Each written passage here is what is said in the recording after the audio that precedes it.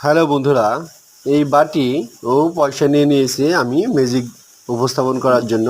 আর এবার এই পয়সাটা আমি বাটির উপরে রাখলাম, আর ওরে বলতেছি যে এই পয়সাটি আমার হাতে আমি মন্ত্র দিয়ে অদৃশ্য করে ফেলবো। দেখেন পয়সাটি বাটির নিচে।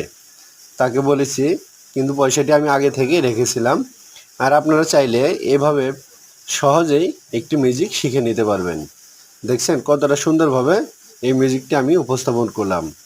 সে বলতেছে যে না, এটা আমি বিশ্বাস করি না।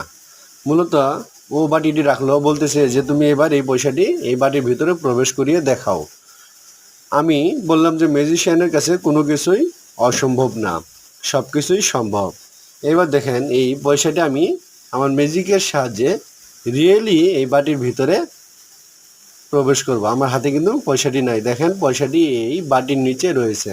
ভিডিওটি ভালো লাগলে চ্যানেলটি সাবস্ক্রাইব করতে ভুলবেন না। Bye bye.